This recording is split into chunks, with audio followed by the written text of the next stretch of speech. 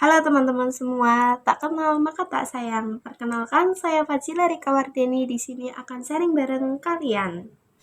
Beberapa hari yang lalu, saya melihat mahasiswa yang aktif di media sosial. Setiap hari ia upload, update, bahkan terlihat sangat produktif.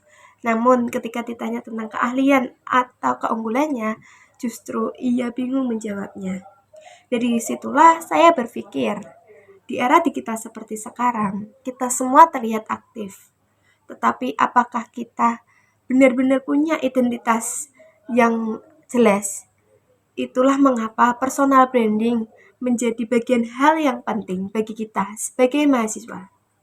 Teman-teman semuanya, personal branding adalah proses bagaimana kita membangun citra diri kita untuk dikenal, dilihat, sesuai dengan karakter, nilai, bahkan keahlian yang kita punya. Di era digital seperti sekarang, membangun personal branding bisa melalui media sosial, portofolio online, bahkan aktivitas yang kita tampilkan sehari-hari.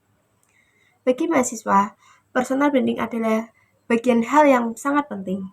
Dengan personal branding, itu bisa meningkatkan rasa percaya diri, membantu kita dikenal oleh dosen, bahkan lingkungan profesional, serta membuka peluang-peluang besar seperti peluang magang, pekerjaan, bahkan relasi baru. Di era persaingan yang ketat seperti sekarang, personal branding adalah salah satu cara untuk membedakan kita dengan yang lain.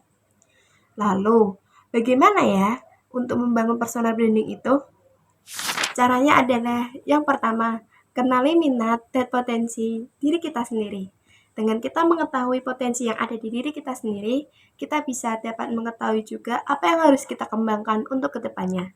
Yang kedua, tentukan ciri khas yang ingin kita tonjolkan, supaya kita terlihat berbeda dari yang lain, supaya orang-orang melihat kita tuh dengan ciri khas yang kita punya. Yang ketiga ialah aktif di media sosial secara profesional, dengan membuat konten atau membagikan konten edukatif dan bermanfaat. Selain itu, penting juga untuk kita membangun portofolio dengan karya, pengalaman, atau prestasi yang kita punya. Contohnya, mahasiswa desain membagikan hasil karyanya, mahasiswa komunikasi dapat membuat konten edukatif, dan mahasiswa IT dapat memperkenalkan hasil proyek yang telah ia buat. Intinya tidak hanya aktif, tetapi juga memperkenalkan keahlian nyata yang ada di dalam diri kalian. Namun, membangun personal branding, kita juga harus menghindari beberapa kesalahan, seperti tidak konsisten dalam menampilkan diri, membagikan konten negatif, serta mengikuti tren tanpa identitas yang jelas. Teman-teman, personal branding bukanlah sesuatu yang dapat kita hasilkan secara instan, tetapi investasi jangka panjang.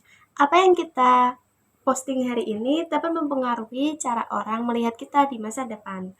Maka dari itu, mulailah dari langkah kecil, dari diri kita sendiri, dari satu postingan, satu karya, satu langkah positif setiap hari. Jadilah pribadi yang tidak hanya aktif, tetapi juga memiliki nilai. Karena pada akhirnya, bukan seberapa sering kita tampil, tapi seberapa bermakna kita dikenal. Terima kasih.